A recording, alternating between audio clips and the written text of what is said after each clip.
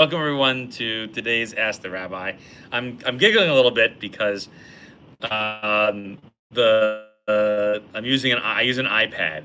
So the iPad decided to tell me that it wasn't oriented correctly. So I go into it and change the settings and reorient it. And then it goes, nope, you can't be this way. It's got to be this way. So I move it again, and it says you've interrupted the stream. And I just go, I hope this is all okay. All right, so let's start off. So when we last left our heroes, we actually met just a couple weeks ago. Back at the beginning of August. So we had a lot of questions come up in the discussion recently. So for those of you who are subscribed to the channel and are not a member of the WhatsApp, by all means, my contact information is on the channel. Reach out to me, and we can connect you to the WhatsApp that helps create the Ask the Rabbi. Thank you. I am seen and I am heard. I feel good. So if you'd like to be a part of helping to create the Ask the Rabbi channel, that's fine. As always, when you join on and you want to post a question in the chat, feel free, and I'll get to it as we get through the questions. All right. So when we last left our heroes, the question was, can a kosher schach mat cover covering the entire sukkah? Can you tie it to the frame? And with what can you use? You can use cotton or jute ropes and twine.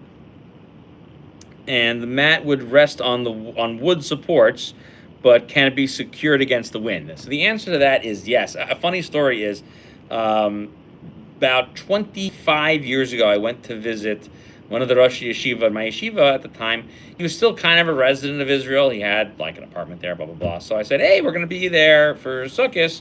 Can we come visit you for the Shanta? So I noticed when we went there, he had the schach tied down with nylon string, just plain nylon string. Like it was braided and everything.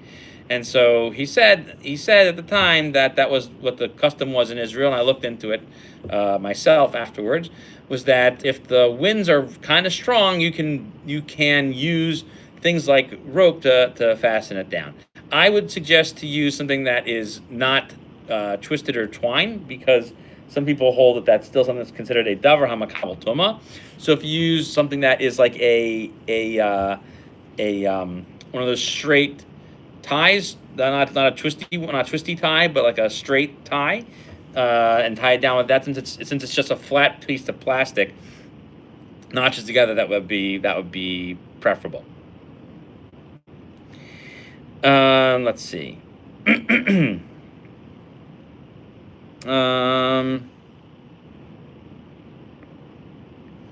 Next question.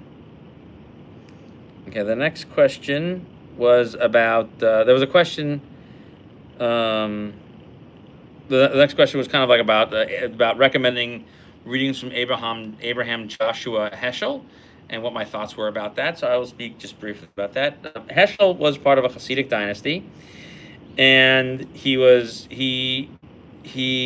there in Europe before the war, and then he was able to come to the United States.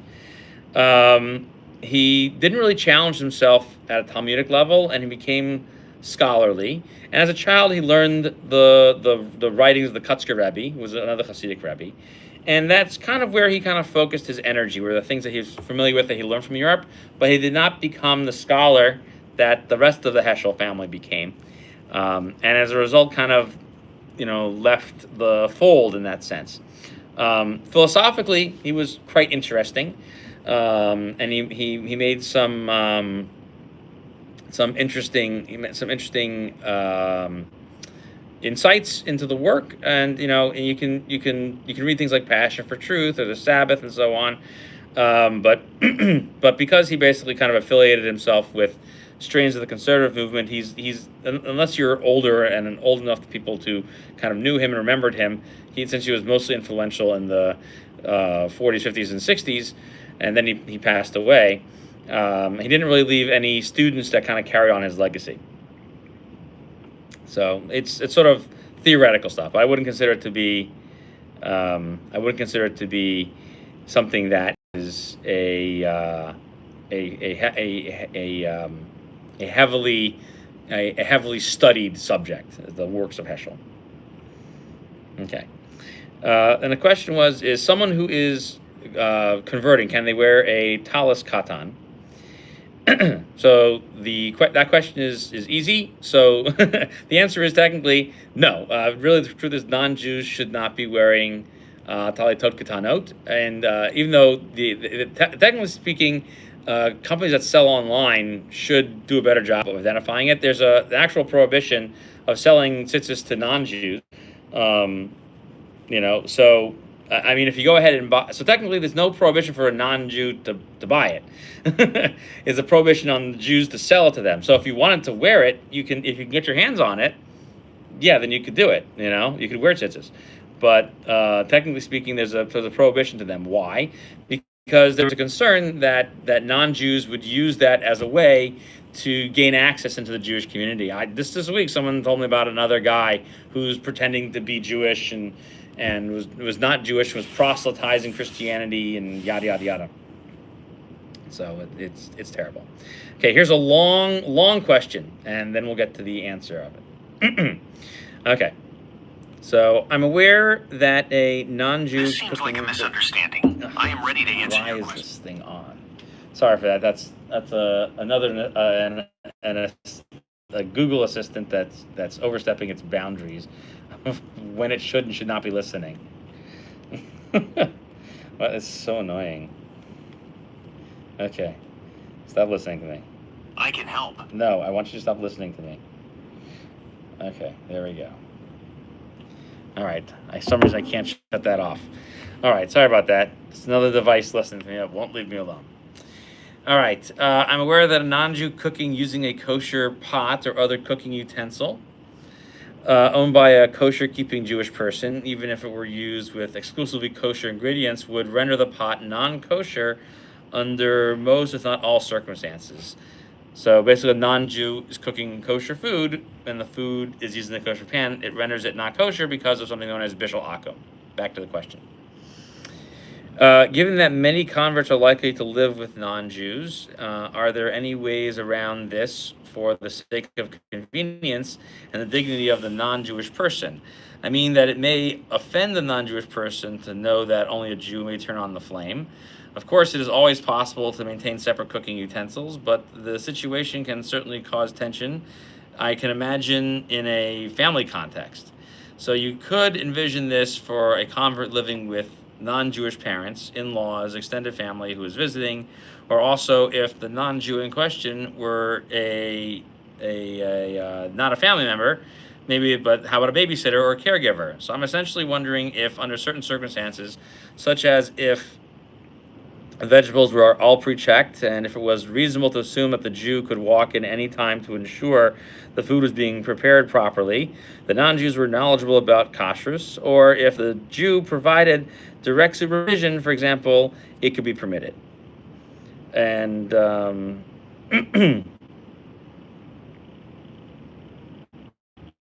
and then I think this question was continued over here. At least the extent to which Chazal enacted the laws of bishul akum in order to limit interaction between Jews and non-Jews, the premise does not apply as much to a convert in this context, as he or she naturally has more contact with other non-Jews in their family, with whom he or she is very unlikely to intermarry since they are related. Okay, good question. A lot of bishul. So that is a short and sweet bishul akum question. The question basically is, what are some of the leniencies that you can attach to bishul akum? What leniency is going to use. So there's a couple of things. Number one, you can leave the fire on, and that would be acceptable. So that would basically mean that if you have a device where you can just turn it on, so you have an electric oven, you turn on the coils, and the coils are on. So this is according to Ashkenazi practice. So you could do that. And frankly, the Ramah says that if you have a non-Jew who's cooking in the house, so back in the day, you just have to leave the fire running. If you stoke the fire a little bit, then having the non-Jew cook in the house wasn't a problem. Why? Well, because you're controlling, as the questioner was rightly pointing out, you're controlling what exactly they're using for their ingredients. And they're here not because they're at a social setting, but they're here specifically as they're here for providing a service. And so as a result of that, it's entirely, is it possible to be lenient in these circumstances? So the answer is that that's exactly what the Ramah says in Kufy Gimel, and he basically brings down from lenient opinions that as long as you've stoked the coals ever so slightly, or turn on the fire yourself, start the fire, it suffices to do that, and everything's okay. And that's basically how we have large catering operations, where you have people who are not Jewish, who work for the caterer, and they're doing the cooking, they're doing the this, they're doing the that. And so because Jewish people, like the mashgiach and the owners probably, are providing all of the food, and they're turning on all the fires, the cooking can go on with minimal observation, but with some observation. So you don't have to stand there and watch them do the food. Now, the Shulchan Aruch and the Sephardic custom is more stringent. You have to actually be like in the food. So that's what they hold. So you would have an issue potentially with this. So there is an old tshuva from Rabbi Vaji Yosef, in which he allows basically for Sephardim to rely on the opinion of the Ramah, but not for the same reason as the Ramah. They're actually relying on an old Ramban, the opinion of the Ramban, who is lenient for people who are performing a service for you. They don't necessarily. The Ramban is lenient for people who are serving you and are in your employ or in your service, and they don't have to actually be. The question was whether or not that person who is doing the work for you had to actually be owned by you, meaning they were a slave, right? If you had that was why there was a leniency for it. And slaves also convert to Judaism in many situations. So there's that consideration to have, and in that situation, he was lenient. But anyway, he basically allows Sephardim to rely on this not popular opinion of the Ramban, not popular in the Sephardic world. He allows people to rely on that when people are working or serving for you. So in these situations. Now, the thing is that you probably shouldn't have, if you have non-Jews living in the house with you at the time, you probably shouldn't have them using your utensils without having some supervision, because it's entirely possible to completely use kosher ingredients and screw up all of the pots and ends of the house. That's like mixing milk and meat together. They take the milk and put it in the meat pot. And so then those issues are whether or not somebody's observant or somebody is just not paying attention. So you're not supposed to rely on that in that case. But there is room for leniency if they're working for you, or if you just turn the flames on ahead of time.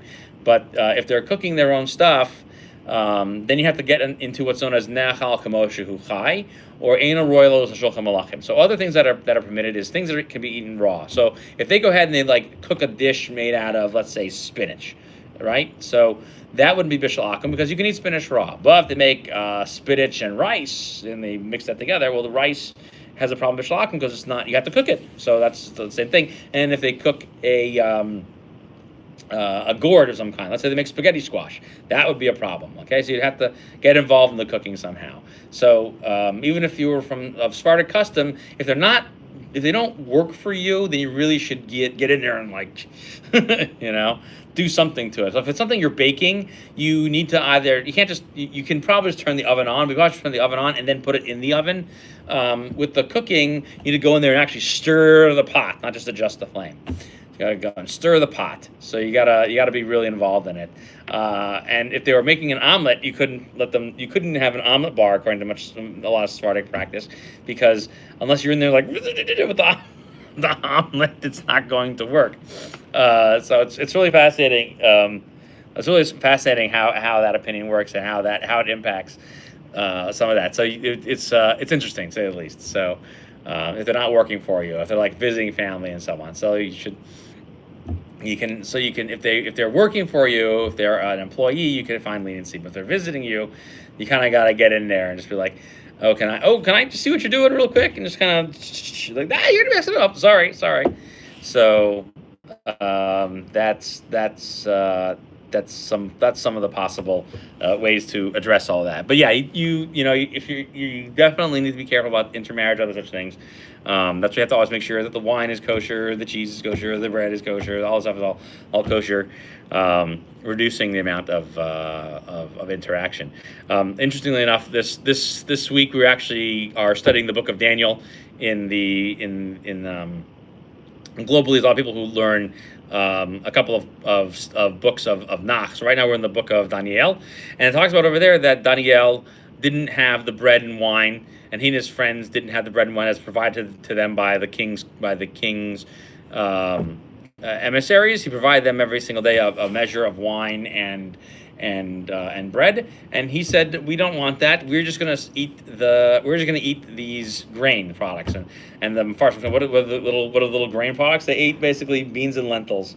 And it said after 10 months, something like this, that they looked much healthier than their friends who are always drinking wine and eating bread. And so they're like, oh, I gave everybody those. So the Gemara actually points out that that's kind of where the beginnings of the rabbinic prohibition of Bishul Hakum comes from, is basically from the conduct of Daniel and Hanani, Mishael, and Azariah, his colleagues. Okay, next question. Assuming that this is practice, asks this questioner, what role does censorship play in the Orthodox community? And is there a sense of cancel culture and silencing look like within the Orthodox community? So that's an interesting question. Is there a sense of cancel culture? So al pi halacha. Let me go back to this question. This is Bishul Akum related. If the idea of Bishul Akum, Bishul Akum, or drinking wine together is to keep the intimacy at a minimum, how is cooking together okay when that's a very intimate activity? Okay, so it's not that you're cooking with them, it's that they have to cook for you. So you're being social with them and they're cooking for you. But if you are cooking with them, no one considers that to be a, what's the word? No one considers that to be a social event. Nowadays we consider doing things like cooking classes and stuff like that to be, to be that way. So, it's when you get like too into it, it's not. It has to be to honor you in some way. That it's based on the way that social interactions were handled back in the day. So if they're not honoring you, like you're sitting there and being served, then it's not really a prohibition. You're the way it's set up is you're their guest. They want to honor you. They want to wine and dine you because they want you to get something from them. Right. All right. I'm saying like you are correct, which is that people nowadays, in dating, they're like, oh, come over, I'm going to make dinner for you. So technically speaking, that wouldn't be a problem of Bishul Akum, right? I have other problems, maybe like yichud and other things like that, not being alone. But yeah, so that would be the case with that. Okay, now back to the censorship question, what we just mentioned. Is there a sense of cancel culture and censorship? Yes, there is. The halachic way to do that is that technically it's like a legal. It's like there's a legal way to do it, meaning and not mob rule way of doing it. So the legal way of doing it is to file. It's something in America they'll call it an injunction. A court can have an injunction ordered. A judge can order an injunction, which is to prohibit you from engaging in a certain activity for a certain period of time. The way that it works in Jewish law is that it's something called a ban, a cherem, or a shamta, or a nidui. Okay, and that they're similar, but they're different in how they are employed. Sometimes it's as a result of you making a statement that you will refrain from doing something, and if you do it, that creates a status on you. So there's three different legal categories in which that can apply to you. So you can be banned from doing something, you can be banished slightly from the community, or you can be have a ban placed against you from doing certain things. So those are three different ways in which that can be done, similar to the way injunctions work. And you can be told not to engage in a certain activity. So, for example, if you were to, let's say, try to sue somebody in a non-Jewish court, which is prohibited, the court could issue an injunction against people working with you until you come to the actual Jewish court, to the Beis Din. And that would involve people not engaging in business with you. You could be asked to leave the community a little bit. And I point out to people that even though we mention this as arms of Beis Din, for centuries people haven't practiced putting people into excommunication. And in fact, I've demonstrated to people that the statement goes back pretty far. It goes back really to within the centuries after the Shulchan Aruch is composed. The Turi Zahav, a commentary on the Shulchan Aruch, he writes that even though we have all these rules and regulations for how to impose bans and injunctions and all these other things within halacha, we don't use them because nobody's going to listen anyway. He says so. We have the tools, we don't use them. So that's one thing. So there's been some hybrid stuff, which is kind of basically say, well, we're issuing a ban on somebody who's refusing to show up to Beis Din. They can issue what's called a seruv, which is a person who's a refuser, and they can basically say, don't do business with him, don't invite him to your social events, don't do this, don't do this, don't do this. So those are all ways that you can help people kind of comply within the community. So, and it's used in other situations as well. If you just don't like how somebody's behaving, you can ask them to kind of like not do stuff. Which is why I've said to people that it's kind of suspect that they issued a ban in the community of Amsterdam against Baruch Spinoza. By that time, people just weren't issuing bans. It's one of the few that they have. So it was kind of interesting to see that. Some places they had the authority to issue these bans, but in many communities they did not. So it just depended. It just seems to be less and less. Over the centuries, it certainly wasn't used very frequently. Okay, next question. May one open a can of tuna on Shabbos? If so, how do you do that? And with what utensils are you permitted and which ones are forbidden? In what manner may one drain the water or oil from the fish? Okay, so there are some communities where they don't open that stuff, but they basically feel that tuna cans are reusable objects. I don't see people in recent memory using tuna cans as reusable objects.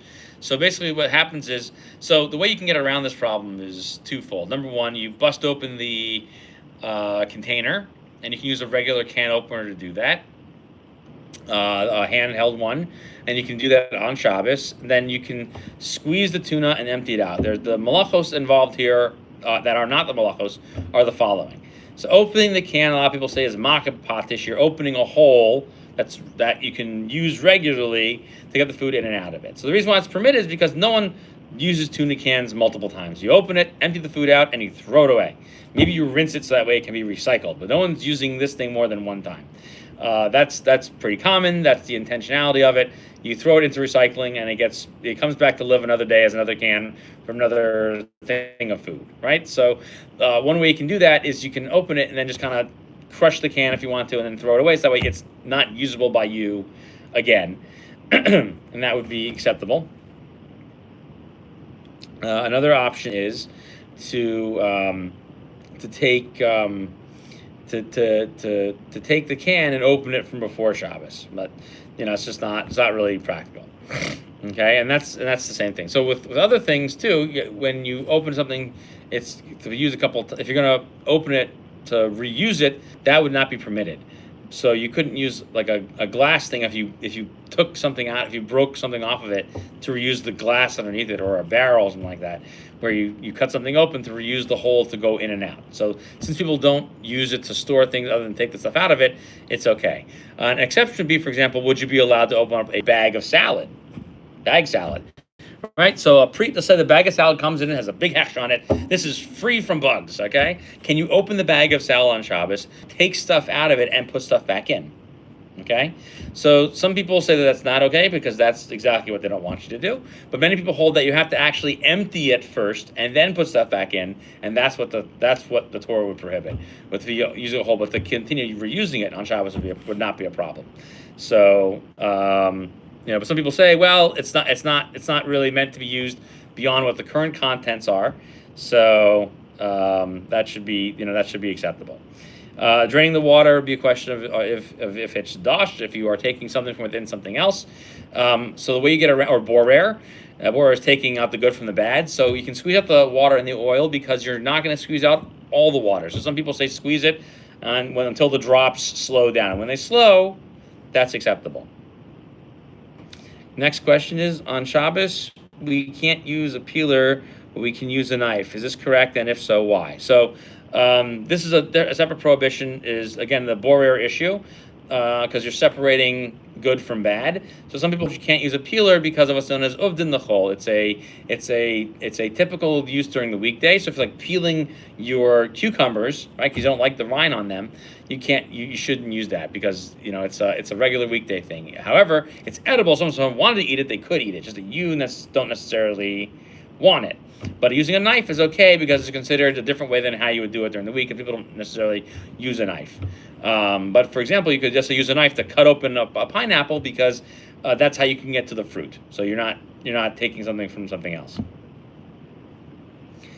Okay, question is, let's see. The question is, if a non-Jew builds a kosher sukkah, can a Jewish man dwell during the Chag and still recite the blessings? Yes. The only thing you would need to do is lift up the skach and put it back down, because you don't want to make sure that that Jewish person completed the operation. But yeah, it's actually a question in the Gemara itself. Let's see, we're going a little long over here, so let's see if we can get to some of these questions over here. Okay, is the use of cannabis as an ingredient permitted in kosher cookery? Yes, if the cannabis is prepared in a way that is acceptable for kosher use. Can you use cannabis oil to burn on Hanukkah? I don't know. Does it burn? I mean, like, does it like, I don't know how it burns. I have to look into how long it can burn for. But yeah, you could use any oil. But if you're using oil on Hanukkah, you should use olive oil, extra virgin olive oil. So if you're going to use oil, you should use that. That's preferred. All right. So the question is, are we allowed to use cannabis in general since it's far less addictive than alcohol? So a lot of achronim have written about the problems with using substances that were illegal. But what if those substances that were legal are no longer illegal? So there's that to consider. So the problem they had with illegal drugs was that it inhibited your ability to make good decisions, and so therefore they felt that was not permitted. And also, your parents may not want you to do that. So you should try to not do things that inhibit your ability to do things. And also listening to your parents is a mitzvah. So if parents don't want you to do that, but for your own personal use, a recreational one, you're allowed to do that. But the idea is that it's like a kadesh atzmecha b'mutar lach, which is the idea of that you should sanctify yourself with what's permitted to you. So even though cannabis can be produced in a kosher way now, and it can be used small amounts recreationally, that's how it should be used. It shouldn't, but you should stay away from being addicted to it because it basically prevents you from functioning in society and bittul Torah and all other such things. Okay. Let's see. Next question. If I heat up a pot of oil for popcorn, and there are 3 kernels, and right before one pops, a worm comes out of one, is the pot treif? Great question. So the question is, I have a mixture, and I find a bug in it later after I cook it. So number one, the question is, do bugs impart? Let's see. Oh, I don't know. Someone's asking a question if the cannabis oil said. I don't know. Right, because you're supposed to benefit from it. I don't know if it produces a scent. Good question. I have to look. I didn't have a chance to really. I didn't see anything dealing with it. So.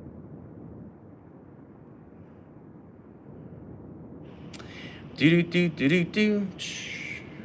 Okay, where was I? If I heat up a pot of oil for popcorn. Oh, right. So the worms. So there's a question of whether or not insects impart prohibited flavor and so on. So the answer to that is that they don't. So in this case, you're fine. Just take the wormy one and throw that away, and the rest of it will be permitted. Okay. Let's see. We have a lot of questions in here, so if we can get to all of them. We may do a follow-up. So I think what we're going to do is I think let's do. I have a lot of questions that I have that have kind of overstayed their welcome. I think we'll schedule another one for next week. So I think that's what we'll do because we had a lot of questions this week, and I didn't realize how much we had in the past. Also, some of the questions are really long. I want to make sure that we give them all some time, and my time is unfortunately being requested, so I have to attend. I am getting messages. I have to attend something urgently. So let's plan to host another one of these very soon. Thank you to everyone who attended, and it's Elul, so ani lo didi lo di li. Focus on some passive tshuva, and we'll talk more next week.